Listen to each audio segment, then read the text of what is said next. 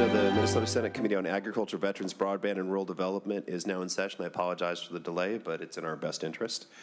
Today we've got a couple things to do. We're going to talk about Senate File 908 with Senators Kupec and Dornick, and we will be passing that bill forward to the floor. Then we will do the Agriculture Committee's brief discussion and passing of the Department of Military Affairs and Department of Veteran Affairs budget establishment provisions, which we will also move to the floor, or to Finance. And then we will mark up and discuss the Senate File 2458, the budget for the Department of Agriculture. So that's the plan for today, folks. First order of business, if we could please, Senator Kupec and Senator Dornick. Let's begin the love fest. And Ms. Wolf and Mr. Prentice, if you would please come on up.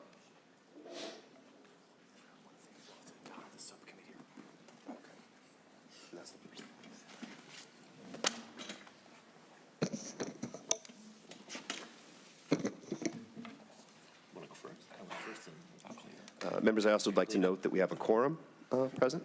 Senator Kunish is online, and many of you might note that there are members with other committee requirements today, so people are going to be switching in and out all day. Senators Dornick and Kupec, if you could, tell us a little bit about how awesome you are and what you've done.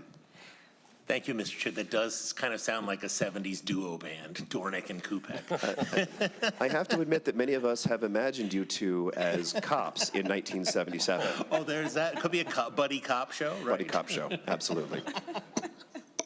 Absolutely.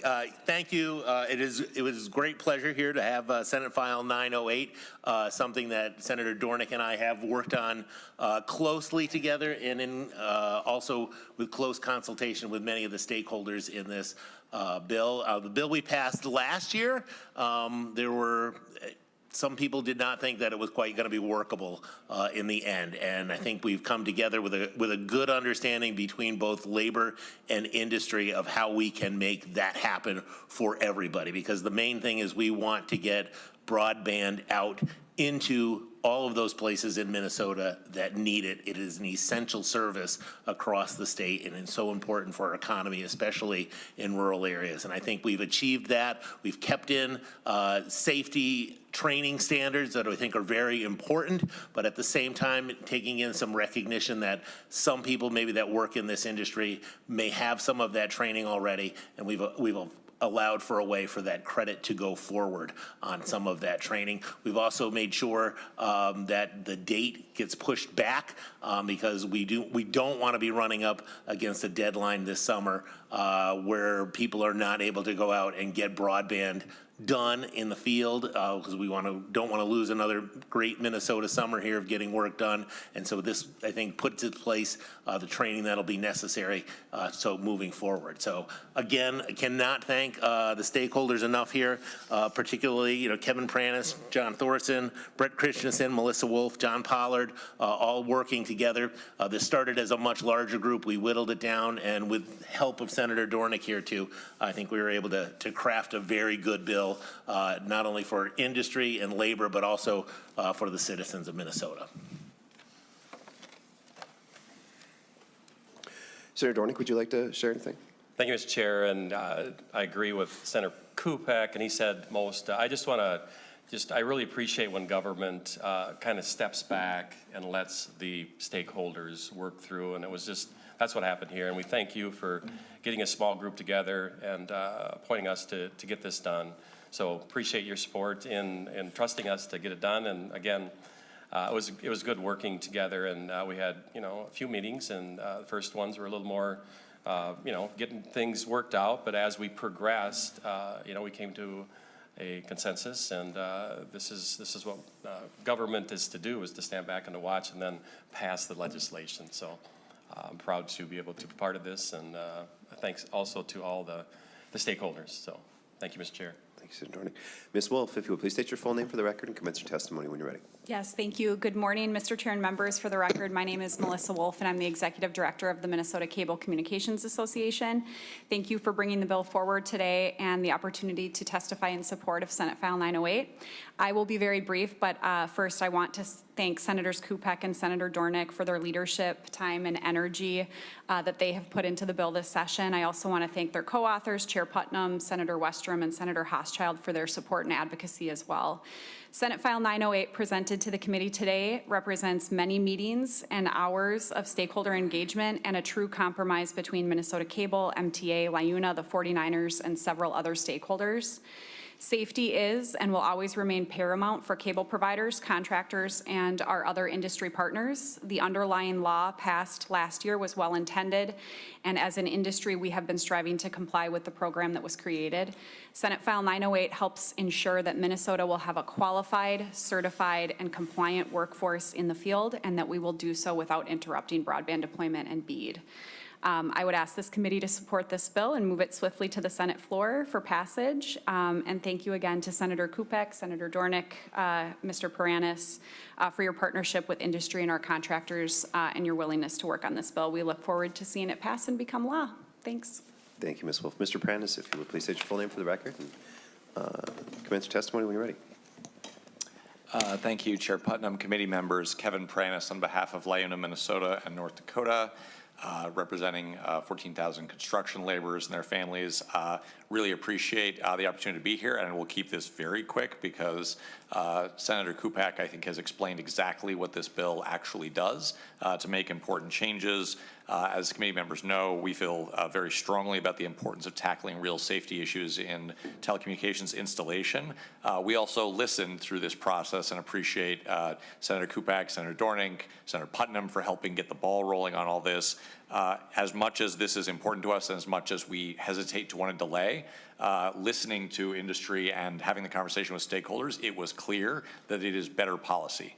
This is not, in our view, a compromise of our values or undercutting what the bill does. This allows the bill to do it in a better way than it would have if we go forward. So we are fully support this being passed and hope to see this get done so contractors have certainty, know when they need to get training, and there'll be lots of work to do to get everyone ready for January 1st. Thank you. Thank you, everyone, for all your hard work and for demonstrating for the rest of us what democracy is supposed to look like. We should also take a moment again to thank our friends, Mr. Pollard and Mr. Christensen, for being part of this sort of subgroup and all the work that you guys did and the manner in which you did it. So members, any comments, discussion, or questions? Senator Westrom. Mr. Chair. Mr. Chair, thank you to I guess the two testifiers, the last testifier first. Can you remind us, I've been told that Minnesota's the first one to have this kind of requirements in place. Do we have other states that have done this as well, or are we really the only ones that have this requirement in place for the first time? Mr. Prentice? Thank you, Chair Putnam, Senator Westrom. We have not done a comprehensive review of other states, and I know that Wisconsin had adopted some requirements, but I don't know of any identical sort of standard in another state. Okay. I think we have taken a somewhat unique approach. I know there's been some discussion, and I think it'll probably be an ongoing conversation with other states that, as I understand it, are sort of dealing with similar issues and maybe haven't figured it out yet. Mr. Chair, maybe Ms. Wolf can answer the same question. Senator Westrom, Ms. Wolf. Chair Putnam, Senator Westrom, yes, we, in discussions with, our members and contractors that work outside of Minnesota or operate outside of Minnesota, our understanding is that this is a first of its kind in the nation, which, the kind of went back to then setting up something that doesn't exist elsewhere and finding the trainers. And that was an important part of the conversation on why the January 1st date was, to move back to January 1st was so important. Okay. And Mr. Chair, that's part of my reason for the question. I mean, pushing this back is pretty important when we're kind of pioneering a new requirement, albeit I didn't agree and don't agree that we need it necessarily, but I think it's important to get this bill through Senator Kupec, can you, my understanding is we are reducing it from two certified folks in the field to one, and then pushing it back to January of 2026. Is that the summary of basically what the compromise is here? Senator Kupec? Yeah, I would say so. Thank you, Senator Westrom. It is, and you know, there is a little bit more to it too. It also brings in, you know, some credits for past training. So people that maybe you've done a class on, say, working in a confined space. You don't necessarily, and you've done it within, you know, the most recent years. You don't need to redo that, and that will also lower the amount of training time you need because you've already had that training. So that was also part of the agreement. No, Senator Westrom, if I could, just for a moment, I apologize for interrupting, but I want to say this publicly and for the record, that some of our concerns about the implementation date of this bill are so profound that it is important that this bill get to the floor and get passed as soon as we possibly can. And so again, I want to say for the record and publicly for everyone, I will do everything I can to make sure we pass this before May. And Mr. Chair, I appreciate that, and I guess likewise, any influence the minority can have on the majority leader and the schedule they set, I think it's indicative that this bill moves soon after the Easter recess, because July 1st is coming, and if it doesn't pass till the middle or end of May, or heaven forbid not pass and we get into a special session, I mean, it kind of neuters the reason for trying to get this bill through, and the industry is whipsawed, and the broadband deployment and the grants are in jeopardy if companies can't comply with this new, unnecessary, I would submit, but it is a new regulation. And so I hope we can really push to make sure this is expedited and people see the urgency of it. And so, Senator Kupec, I hope you can join us on that, and I know you've been working hard, and Senator Dornick and I will be there. We'll call it the tush push. How about that? And, Depends on which tush is being pushed, I think. whoever's got the ear of the majority leader, Mr. Chair.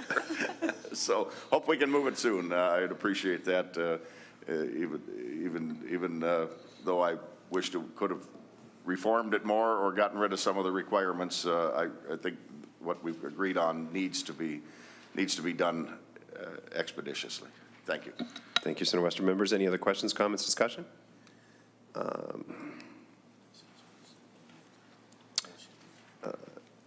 Who's here? Senator Gustafson moves that Senate File 908 be passed and referred to the floor of the Minnesota Senate. All in favor, say aye. Aye. Opposed?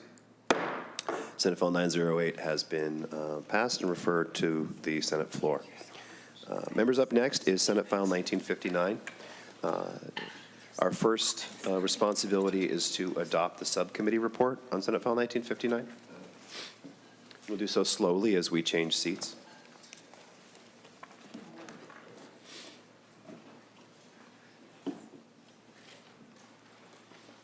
Senator Kupec moves to adopt the subcommittee report on Senate File 1959. To give us a chance to talk about it. All in favor, say aye. Aye. Opposed? The subcommittee report on Senate File 1959 is adopted. Senator Kupec, I believe you have the A6 amendment.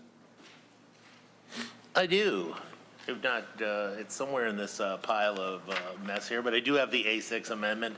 The A6 amendment, without seeing it right in front of my face, is a technical amendment, yet again, worked out on that part about the data provisions. There it is. So just in further discussions, even after it left here and then after it went through judiciary, there was just a couple of more things about a little bit more of the data privacy thing. So it's just a little bit more kind of language in there to make sure that people's personal data is being kept private. Thank you, Senator Kupec. Any discussion on the A6 amendment? Seeing none, all in favor say aye. Aye. Opposed? The A6 amendment is adopted. Members, discussion to Senate File 1959 as amended, hopefully very brief.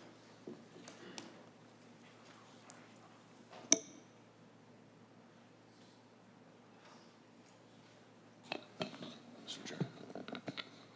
Senator Westrom? Mr. Chair,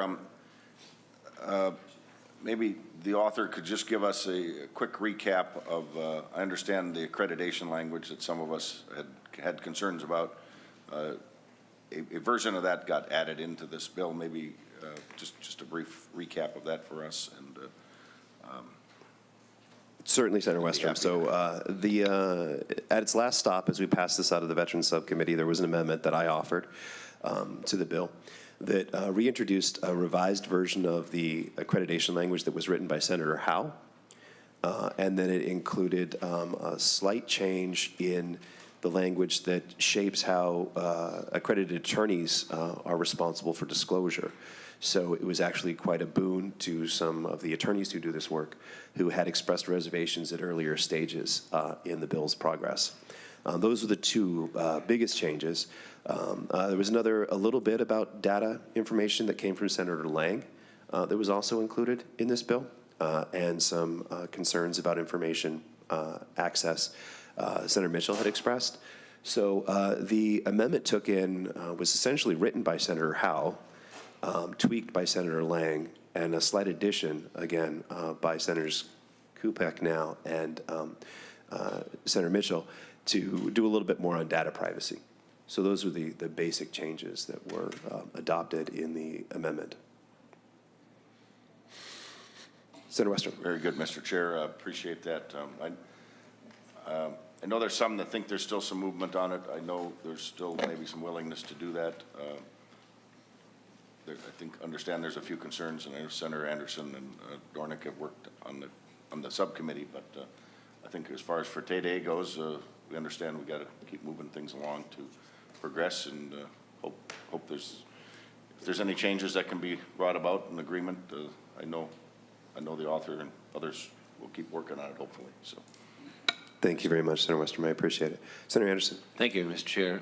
I did show the amendment that was put on to Senator Howe, and he appreciated the two pieces that were approved there for disclosure, but he's still not comfortable with the rest of the language that was in the amendment. So he said he wouldn't vote for it. So I'm just giving you that background as we go forward. Thank you for that, Senator Anderson. I appreciate it. It's a little curious to me, given that in prior iterations, he actually said he wouldn't vote for it without accreditation. And the accreditation that we have, language that we have in there, was his language. So that's a conversation I'll have with him offline. And I hope you all know that I'm always open to conversations. And my dream is that we're all going to be on the same page for this eventually, because it's what's right for veterans. And that's what's most important. And I know that you feel that, and everyone around this table, that is your priority. The question is just for us to talk it through so that we realize we're all in the right space. So thank you for that. Any other discussion, questions, comments? Okay. Senator Seeberger moves to refer Senate File 1959 as amended to the Committee on Finance and authorize staff to make any technical changes. That's the amendment before us. That's the motion before us. All in favor say aye. Aye. Opposed? The motion passes, and Senate File 1959 as amended has been referred to Finance, and staff has been authorized to make any technical changes. Members, up next, Agriculture.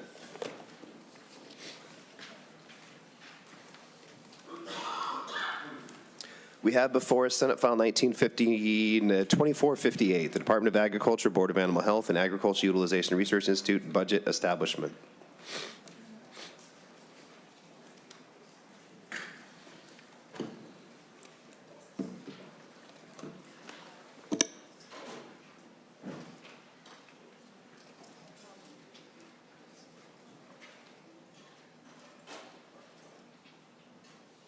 Senator Seeberger moves the A3 delete all motion so that we're all talking about the same thing. All in favor say aye. Aye. Opposed? Okay, the A3 amendment is adopted. Now, members, let's open up the hood and get to work. What do we want to do with this thing? Discussion, amendments? Mr. Chair. Senator Westrom. So just to kind of flush out the plan ultimately, we had presentation and testimony the other day. Is your idea today is mostly let's get into debate and amendments, testifiers only to the point that maybe there's an amendment or something that we need clarification on, but otherwise it's not, we're not going back to more testimony overall broadly on the bill? That is correct, Senator Westrom, with one exception. I think that Commissioner Peterson, I just demoted you. Commissioner Peterson might want to make a couple brief initial comments about the bill. But other than that, this is a time for us to amend and critique and discuss the bill itself. Okay. So, Mr. Chair, whenever it's appropriate, I know we've got some amendments we'd like to introduce.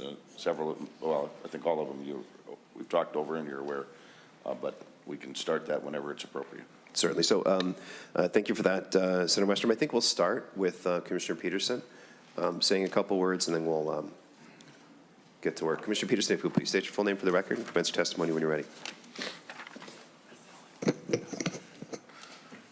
Mr. Chairman, members, Tom Peterson, Commissioner of Minnesota Department of Agriculture, and appreciate the opportunity to just be on the record commenting on the bill. And we do appreciate there's a letter from myself to the committee, and just hit a couple of high points of that. We really appreciate the work that, Mr. Chairman, that you put into that and in the hearings leading up to this bill.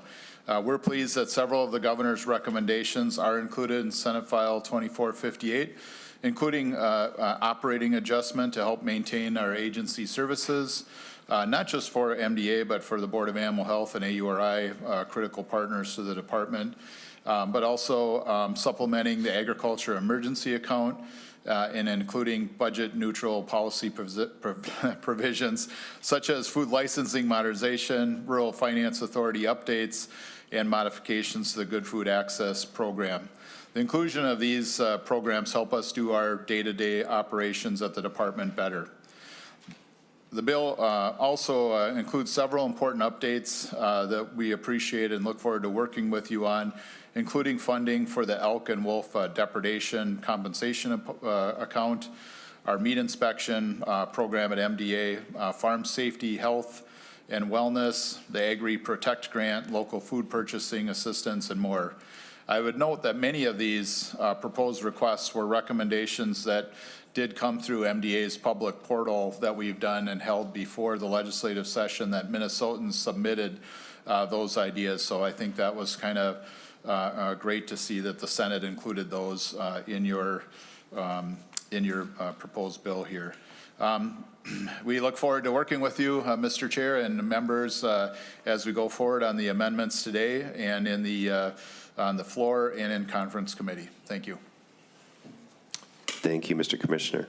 Senator Westrom, if it's all right with you, I want to take care of a couple really brief ones first before we get to some of the other amendments that we're going to deal with. So I'd like to move the A18 amendment, which is a technical amendment. Members, I'm operating with the assumption that most of these amendments you have in your packets. If you don't, could you let us know and we'll slow down and make sure you do?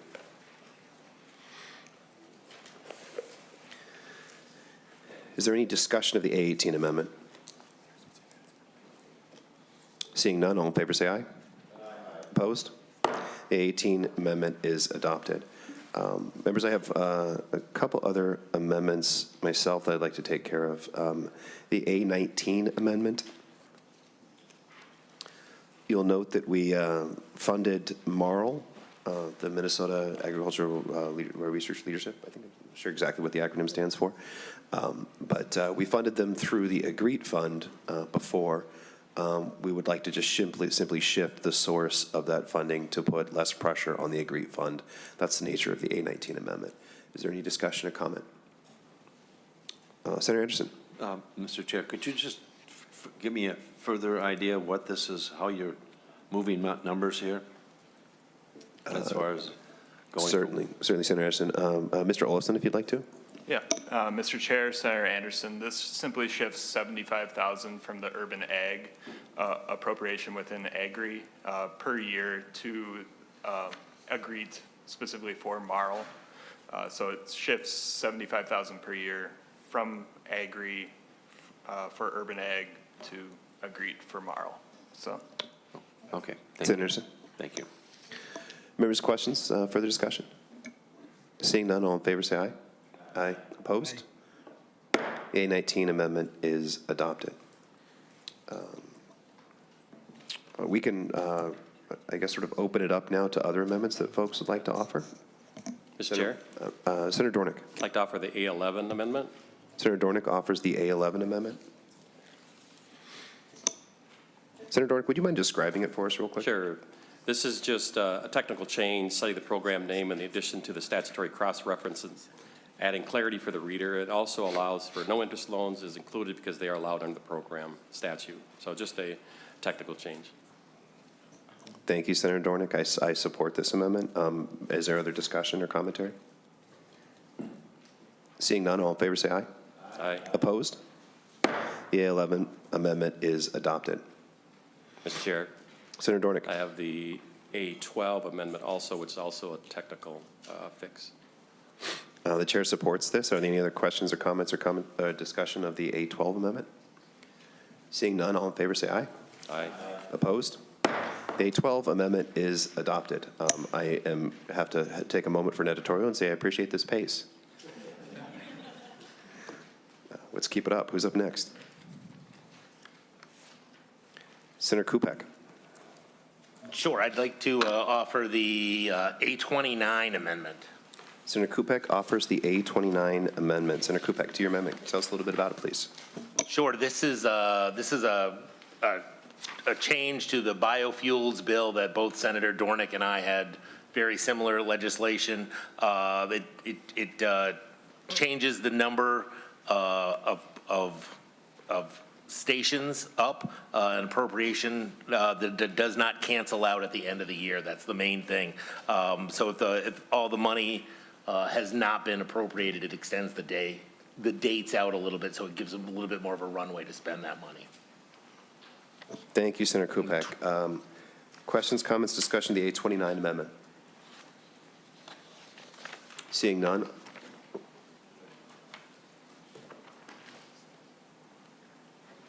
Seeing none, all in favor say aye. Aye. Opposed? The A29 amendment is adopted. Members, I have one more that I'd like to offer myself. That's the A24 amendment. The A24 amendment is an alteration in the sustainable aviation fuel language. The language that we are going to adopt aligns us with the tax bill.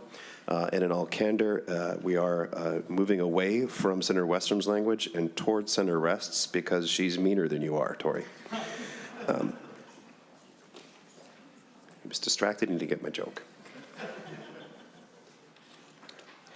So that is the A24 amendment. Members do have discussion or comments about that? I'm going to pause for a second while everyone catches up.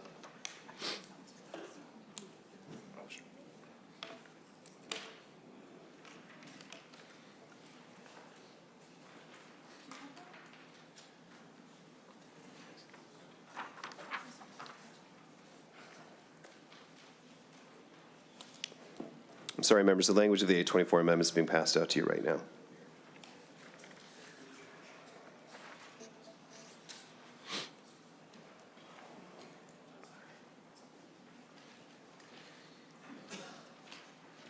Members, is there interest in discussing commentary, questions about the A24 amendment?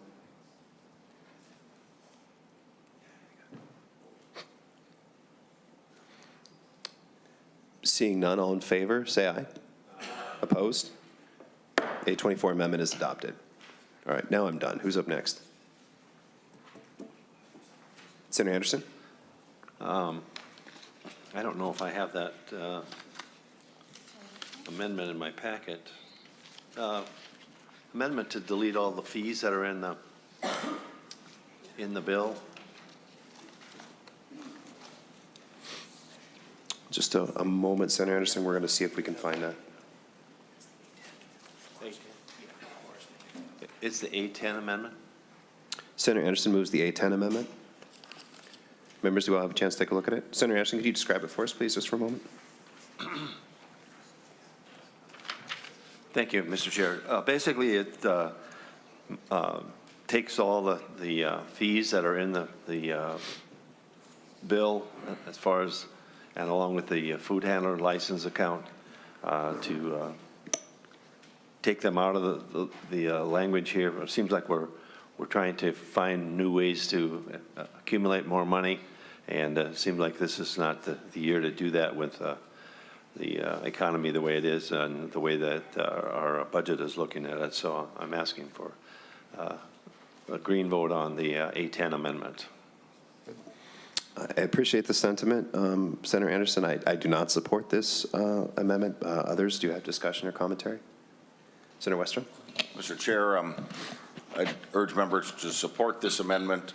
Just going back to some of the testimony we had, this certainly will raise fees on some of the smaller elevators, mid-size elevators, as well as the large elevators, and others that are going to be affected by this. And I guess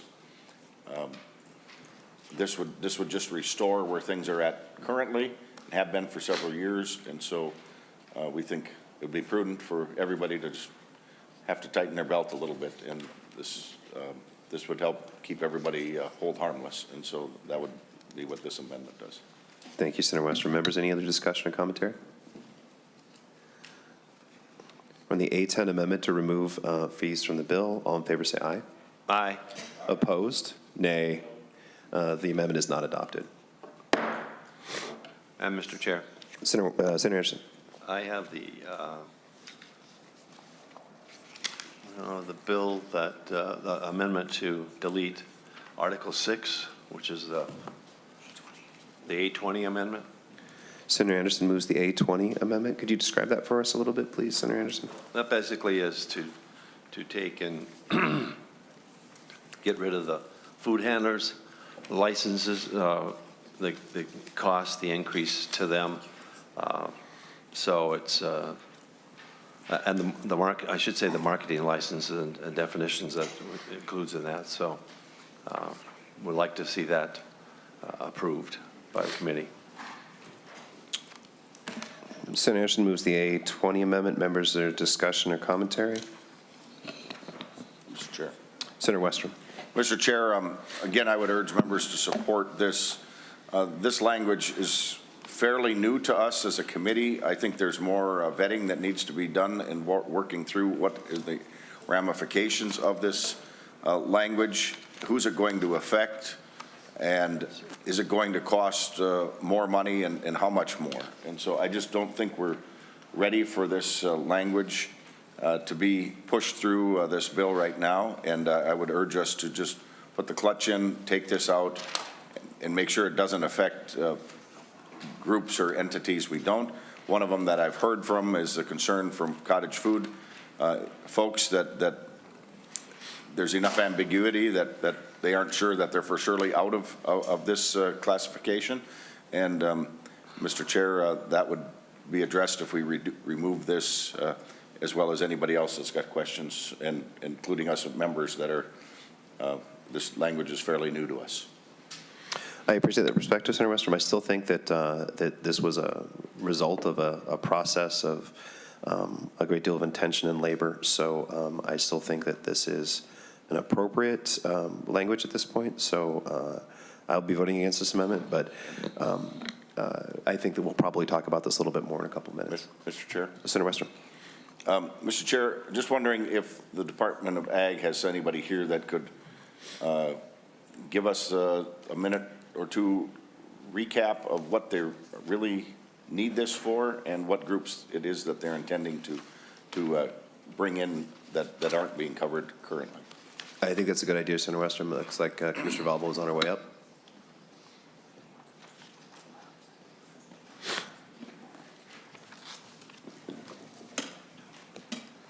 Commissioner Valbo, if you could please state your full name for the record and commence your testimony when you're ready. Thank you so much, Mr. Chair. For the record, my name is Andrea Valbo. I serve as Deputy Commissioner at the Minnesota Department of Agriculture, and I'll have my colleague introduce herself as well. Hi, my name is Catherine Simon. I'm with the Minnesota Department of Agriculture, the Director of the Food and Feed Safety Division.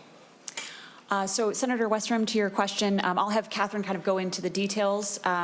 This is actually an effort that's been going on for several years, that's been facilitated by an outside group, and we've involved several stakeholder groups of all nature of folks. So we'd be happy to walk through at any point any of the questions you have, or if there's even specific entities that you're not sure how they'll be affected, we can certainly walk that through. So I'll have Catherine just do a quick overview of what we're generally doing with this new license fee. Ms. Simon? Okay.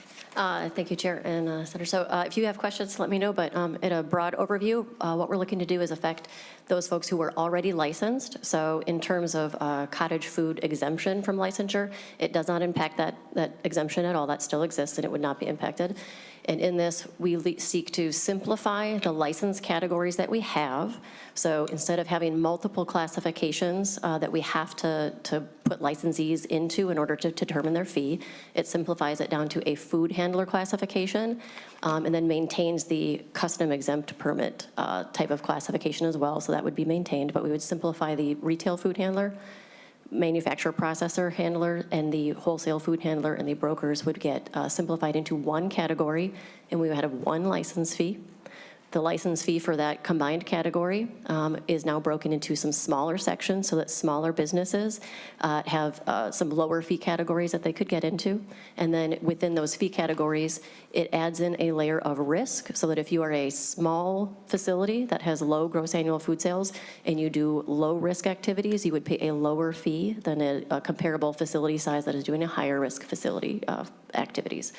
So additionally, those licensees who have gross annual food sales of $50,000 or less, those small operators would now be able to extend their place of business to 2 additional locations. So they would have a total of 3 locations that they could operate under their single license. In the current structure that we have, that would require those small operators to have 3 licenses. So that is another key. There's some definitions that are included. It also adds on a license application fee. So currently we only collect a fee after a license has been approved. This also adds a $50 application fee for those entities that may not make it all the way through to the approval process. Senator Westrom? So, Mr. Chair, Kathy, is that $50 application fee in addition to what's going to be the regular fee, or is it worked together? So if the fee was $100 before, it would be $50 at the application and then $50 when they get the license, but you get some money up front in case they don't get approved or have reasons they can't qualify. At least you've got some revenue for doing the initial application, or is it a totally new $50 fee?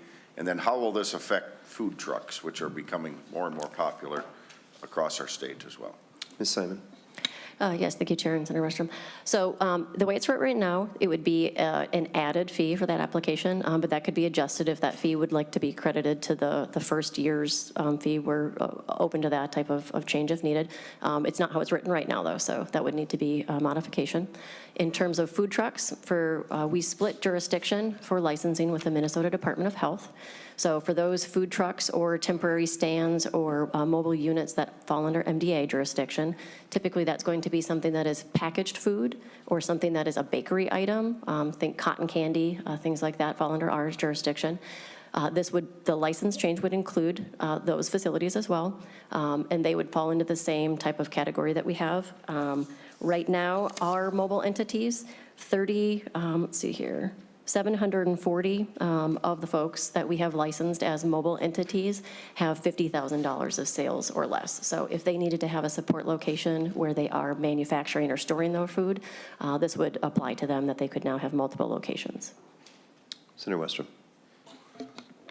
So, Mr. Chair, how many new entities do you think will be covered under this new structure of licenses, if any, or is it a complete rewrite just affecting those that are covered right now? Ms. Simon? So the only new entities that are addressed in here is that it creates a new category for a home food handler. I take that back. That's not in the current version. Sorry. I take that back. That has been removed. So at this point, it would not cover any new entities. So this is only a simplification for how it is that we classify all of the folks who are existing licensees. Okay. Senator Westrom? And Mr. Chair, your answer, you said initially it would cover home food handlers, and then you said it's not? Or can you clarify what you meant by home food handlers? Or did I hear that wrong? Thank you, Chair. So in terms to that question, there was a previous version that had a category for a home food handler that has been removed from the version today. Okay. Senator Westrom. And Mr. Chair, and so can you tell us with 100% certainty it's not going to cover home food handlers? And many of them, I think, would be under the cottage food industry, correct? Or is that, are they going to be covered in some sort or not in this language? And if you can give us that answer. Ms. Simon? Chair and Senator Westrom, it will, as long as an operator is operating in a manner that is consistent with the cottage food license exemption, none of this language would apply to them. If they are not meeting the conditions for license exemption, then they may require a license. But our license right now, the rules that we use in order to approve a license would prohibit you from working in a private residence. But as long as they are operating with under the current existing exemption that they have, none of this language would apply to them. Senator Westrom. So, Mr. Chair, can you point us to the language that explicitly excludes cottage food licensees from this, or how do we know it's not going to creep into that area intentionally or unintentionally? If you could point us to that language, that'd be helpful. Ms. Simon? So the language that ensures that the cottage food exemption applies is actually, it's the exemption statute itself. So it's not anything in the bill in front of you, but 28A-152 explicitly states that the provisions of the entire of Section 1 through Section 16 that these are included in do not apply to somebody who is only operating under the following restrictions within that cottage food section. So it's the actual cottage food section that ensures that this language does not apply. Senator Westrom. But, Mr. Chair, but in this language, we don't have anything explicit that cross-references that exception or makes it clear that we don't have dueling competing statutes that say different things. Nothing's in this language that stipulates that, right? Ms. Simon? Chair and Senator Westrom, no, we did not include that language because we thought, we believed that the existing language was within the cottage food section was adequate for that. But if added language for this one to clarify that is needed, that would be fine as well. Mr. Chair, members, I would just urge us to support this amendment with the idea that making sure that we aren't covering anything more or expanding to other entities or groups that maybe we don't know of at this point in time. Thank you, Senator Westrom. Members, any other questions or comments? Okay. The 820 amendment to delete this language. All in favor say aye. Aye. Opposed? No. The amendment is not adopted. Senator Westrom, I'm expecting you to have an amendment now. If that's... Mr. Chair, I would move the A26. Given the demise of the last amendment, I have the A26. Senator Westrom moves the A26 amendment. Could you describe that for us, please, briefly? Mr. Chair, to this issue, if we're going to move forward with this language, we think it's just helpful belt and suspenders to make sure it's exempt, and the cottage food statutes and licenses aren't what we're intending here. And so we would urge members to at least add this comfort and this cross-reference language to this new section of the bill to address what I think the Department of Ag just told us wasn't their intention. And I think I heard an openness to this language if we wanted to make sure it's extra clear that it's exempt. Thank you, Senator Westrom. I don't want to put words in their mouth. That's fine. Thank you, Senator Westrom. The 826 amendment. The chair supports the 826 amendment, and I believe that that's an appropriate interpretation of MDA's past testimony as well. So is there any discussion or commentary on the 826 amendment? Seeing none, all in favor say aye. Aye. Opposed? The 826 amendment is adopted. As long as we're talking about food, Senator Kupec. You read my mind. Gonna say cottage food. Might as well keep talking about cottage food. I'd like to move the A27 amendment. Senator Kupec moves the A27 amendment. Thank you, Senator Mr. Kupec, Chair. to the amendment. Sure. Thank you, Mr. Chair. This is, comes from a bill that Senator Liskey has been working on in negotiations with the Department of Agriculture and with cottage food producers. I'm also a co-author on that bill, and they've come to some language I think that everybody has agreed on here. So I'll just highlight a couple of the changes that are offered within this amendment. It does allow for LLCs to be part of this, where previously it had just been a sole proprietor. It also changes the fee structure from what had been $50 over $5,000 to just a flat $30 fee that everybody will pay. And one of the bigger changes too is that it also will allow for cottage food producers to mail their products that they produce through the Postal Service. So those are the kind of the big highlights of that. And also, I should add, there is also an inflation adjuster that will go into the maximum amount that a cottage producer can receive in gross sales, and that will go up per the oversight of the commissioner. Thank you, Senator Kupec, for that. I do want to take a second to thank you for offering this amendment, for working with Senator Liskey, but I think we should also take a moment to congratulate Senator Liskey and appreciate his hard work. He's been very problem-focused on this, and he's done some tremendous work on this issue. So cheers to Senator Liskey. Members, do we have questions or comments? Senator Westrom. Yeah, Senator Westrom. Got voices talking in my ears, Mr. Chair, so sometimes they're dual tracking. Listen to the one you like the best. Mr. Chair, Senator Kupec, I'm going to take that off my ear. Senator Kupec, so the $30 fee will apply to now everybody, and before it was just the Tier 2 license that would pay, I think, a $50 fee, and Tier 1 was a registration without a fee. Am I understanding that correctly? Senator Kupec? I believe you are. As I read the bill, that is the way that I understand it. If I am incorrect in the way I have interpreted this bill, I would defer to Ms. Painter to. Senator Westrom. But no, on line 3.3, it does cross out the 50, says 30, and then the next strikes out that individual with $5,000 or less annual gross receipts. And Mr. Chair, and Senator Kupec, my understanding, do we have anybody from the cottage food groups that could just testify briefly on this? I think it sounds like a reasonable compromise. It's, of course, new to me as well, something I've been very involved with over the years. And so I like the overall direction as it sounds, but it will be a new fee for several at the bottom, the lower tier. And maybe that's okay, Mr. Chair. I just want to make sure we're all going in this with our eyes wide open, and a late-breaking deal, which happens a lot around here, but I just wanted to point that out. But Mr. Chair, would there be anybody that could just testify on this briefly? Fair question, Ms. Caravel, if you would like to, please come forward, state your full name for the record, and commence your testimony when you're ready.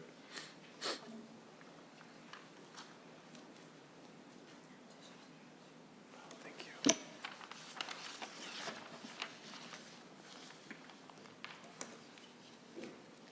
Hello, my name's Jennifer Caravue. I'm the Vice President of the Minnesota Cottage Food Producers Association.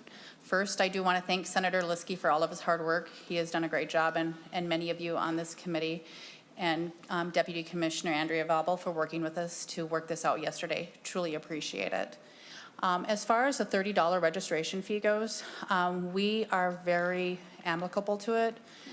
We are a business. There's a cost of doing business. We advocated for this back in '21. We also like the fact that there's a single-tiered system now versus two, and we advocate for the Tier 2 training as well, which is going to cost people. If you bring it down into the reality of what it's going to cost a cottage food producer, it is less than a cup of coffee at Starbucks a month. It's selling an additional jar of jam, salsa, or in my case, 2 cupcakes. I mean, in all reality, that's really where we're at. We want to contribute to the Minnesota Department of Agriculture's funding because we do appreciate the fact that people with restrictive incomes and people who want to be entrepreneurs that can't afford that initial commercial kitchen, this is an excellent opportunity for everyone. I've been doing this for a decade, and I just really appreciate everybody in this room. Thank you. Thank you, Ms. Carville. Any Senator Westrom. questions? Yeah. And Mr. Senator Chair, Westrom. thank you for that. And my understanding, and maybe Senator Kupec, I'll go to the testifier. So my understanding is we would just be at the top of tier 2 now. So the tier 1 and 2 would be all together. There's going to be smaller producers or retailers, cottage food producers in that tier, but it won't separate them out by size. And then I understand that there would be a recognition of an increase or inflationary increase periodically with some of the language that you're working on as well. And maybe just remind us, what is the threshold right now of the tier 2? Ms. Carville? The threshold, the gross revenue cap is $78,000. Yes, there will be an increase for inflation every 2 years based on the CPI for July 2025. Right? Okay. And and I'm sorry, I missed the second part now that the last part of it. Senator Westrom? I think you covered it, the inflationary and then the threshold of it currently. Earlier I was just talking about everybody, the smaller ones and the bigger ones will all be under the same one license instead of separating them out. Ms. Carville? Yes, there will be one, and it'll be, one business entity, whether it be a sole proprietor or an LLC per registration, yes. Very good. Senator Westrom. Mr. Chair, appreciate the testimony. Appreciate the work by the author of the amendment and Senator Liskey, who's, I know, been in my ear on this a lot, but all good because I like this small business opportunity that we as the Ag Committee are very instrumental and a big part of, frankly.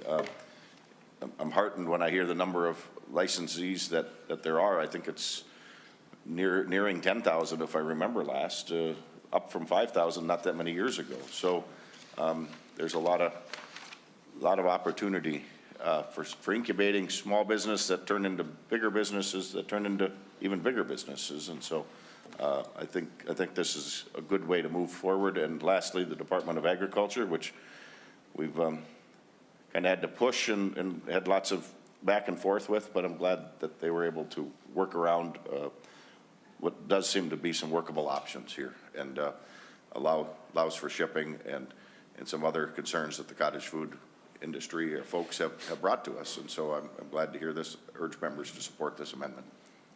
Thank you, Senator Westrom. Members, any other discussion, comments, questions? Seeing none, all in favor of the A27 amendment, say aye. Aye. Aye.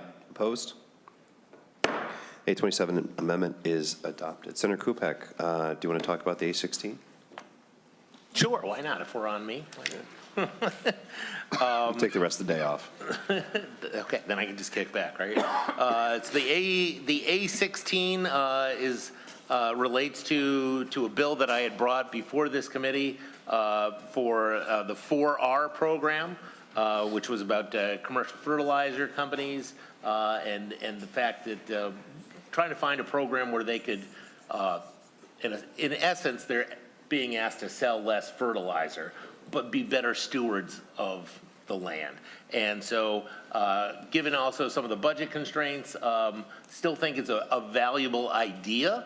And so we'd like to scale it back in dollar amount and then put it in as a study to move forward so that they also can show some proof of how well this program works going forward. Then it may be something we'll look at into the future. So that is basically what the gist of the A16 amendment is.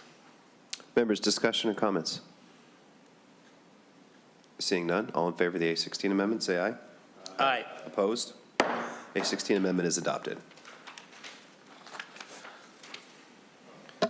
Senator Westrom. Mr. Chair.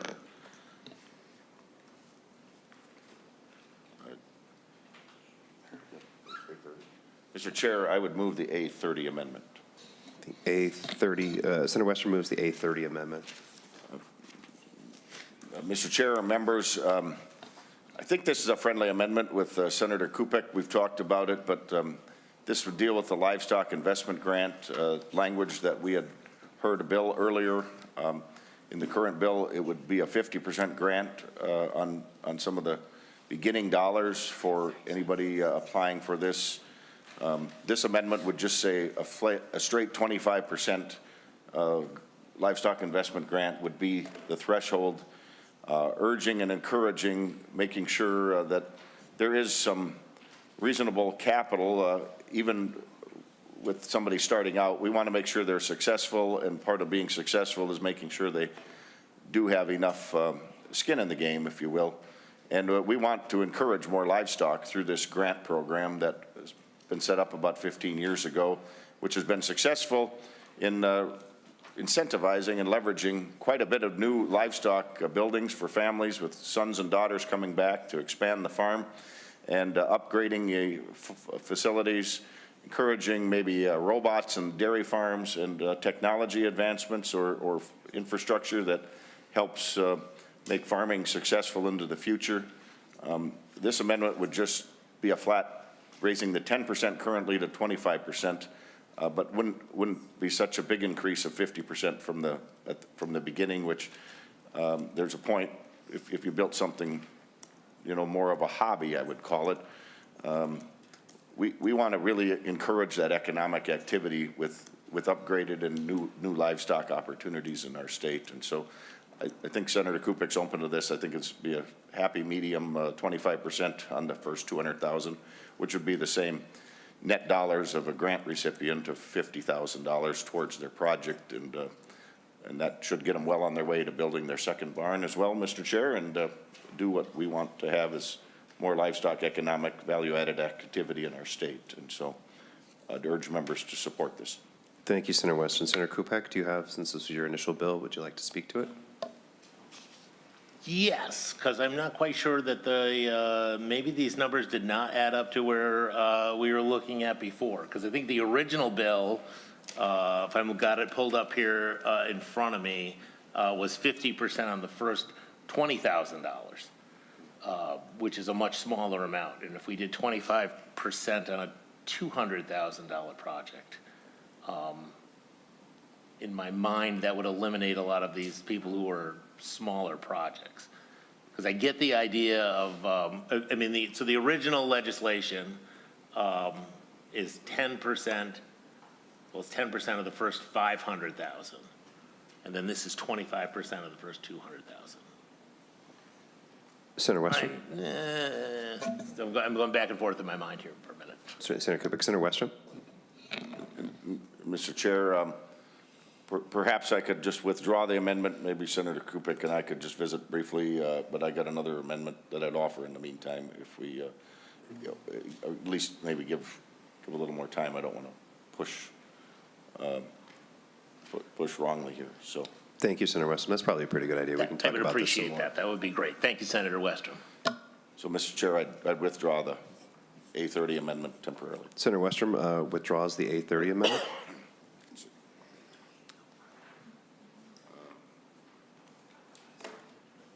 That's the okay. Mr. Chair, I would offer the A28 amendment. Senator Westrom offers the A28 amendment. And Mr. Chair, this is, I believe, compromise language brought to us by the department after I addressed some different concerns with them and others recently, but yesterday specifically. And members, this is the new milk marketing license, that language that's in here. Wednesday we talked about some of the concerns with that. This amendment would reflect and change that so the small milk producer or milk purchaser wouldn't be subject to the license if they're under 700,000 gallons, or pounds, not gallons, 700,000 pounds, which is under 100,000 gallons in a year. And the department took that suggestion and would eliminate that new licensing. It also helped clarify that Somebody buying milk on the farm is not a milk purchaser. That was discussed as not the intention of the language, but some of us were concerned it wasn't as clear as it should be. We didn't want it to have unintended consequences. And the third thing is it wasn't clear, or it was looked to us like somebody that would be using their own milk, maybe for an entity of making cheese or ice cream or something in a niche fashion or niche market. Even though they're buying their own milk, maybe two different LLCs, because they might set their businesses up separately, would be subject to now this new milk purchasing license. And this language also clarifies that if you're buying your own milk, you don't have to have the license, and it wouldn't be expanded to you. So I'd urge members support. Mr. Chair, happy to take questions, or if you want others to talk on it, that's fine. But I think I've represented it accurately. Thank you, Senator Wester. My understanding is that these are welcome clarifications, so I will be voting in the affirmative. Members, is there further discussion or commentary? Seeing none, all in favor of the Westrom A28 amendment, say aye. Aye. Opposed? The A28 amendment is adopted. Mr. Chair, Senator Dornick. I'd like to offer the A13 amendment. Senator Dornick offers the A13 amendment. To your amendment, if you would, please, Senator Dornick.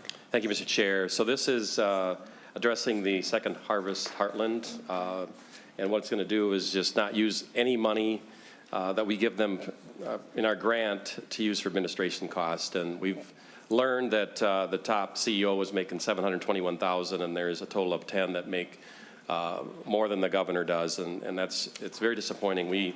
This amendment will actually get more food to those that are in need, and not to those administrators. So, pretty clear amendment. It is very disappointing to hear this, and I know there's a lot of good people that work at these places. I got to have the privilege of touring it a couple years ago, and to see the facility it's incredible, and the amazing amount of hard work and love that people have to give the food to those that need it.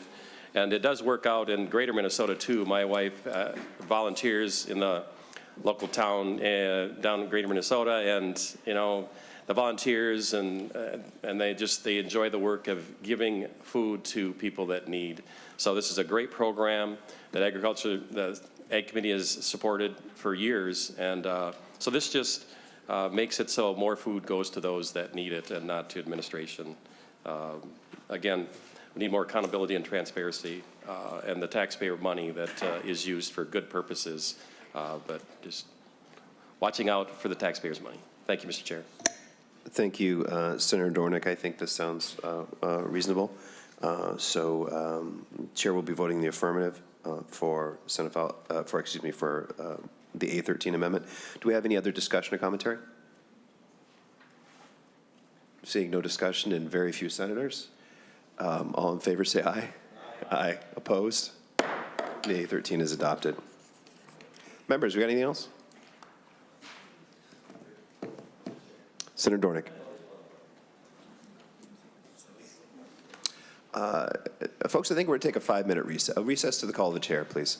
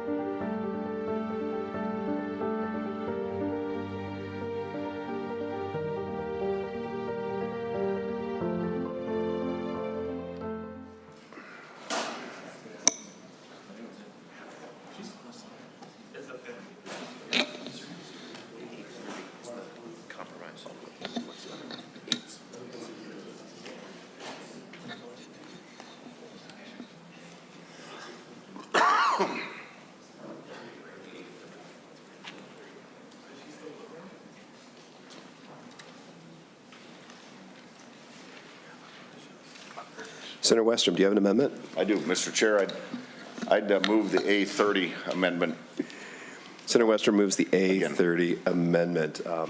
I think we all remember it was 10 minutes ago, so we probably should be okay, but you're welcome to describe it if you like. Okay. Mr. Chair, I don't really need to. It is the same language Senator Kupec and I talked about it. Just a little misunderstanding as I explained it, so that's probably on my bad. But Mr. Chair, it is how I kind of previously talked about. But it'd be a 25% reimbursement for people building new barns or for livestock up to the first $200,000, but whatever level investment they want. Your feelings, please, Senator Kupec. Yes, I don't know, and I think Senator Westrom, if he took the blame, it could also have been that my synapses did not connect correctly on my side, so I'm okay with this. It's always good to blame math. So members, to the A30 amendment, no further discussion or questions. All in favor say aye. Aye. Aye. Opposed? The A30 amendment is adopted. Mr. Chair? Senator Westrom. Mr. Chair, I'd move the A31 amendment, last amendment I have for today. Senator Westrom moves the A31 amendment. To your amendment, Senator Westrom. Mr. Chair, this amendment would just bring an additional or add an additional $50,000 to the Center for Rural Policy, entity that we've worked with for a long time that focuses on a lot of rural issues of the day. And our current number is at 25. This would raise it to 75 with a slight reduction to the urban ag budget, which would still be well over $1 million. Thank you, Senator Westrom. Members, any questions, comments, or concerns? Have you had a chance to take a look at it? Seeing none, all in favor say aye. Aye. Opposed? The A31 amendment is adopted. Members, we got anything else? Seeing none, I think our work here is done. I want to thank all the members, especially Ranking Minority Leader Senator Westrom, for productive conversations and our collective willingness to be genuinely democratic and to compromise and come up with solutions that work for the people of Minnesota. Now we need to move this bill to finance. Senator Gustafson moves to refer Senate File 2458 as amended to the Committee on Finance and authorize staff to make any technical fixes. All in favor say aye. Aye. Opposed? Motion passes. And our work is done. Thanks, everybody. Good work, and we are adjourned.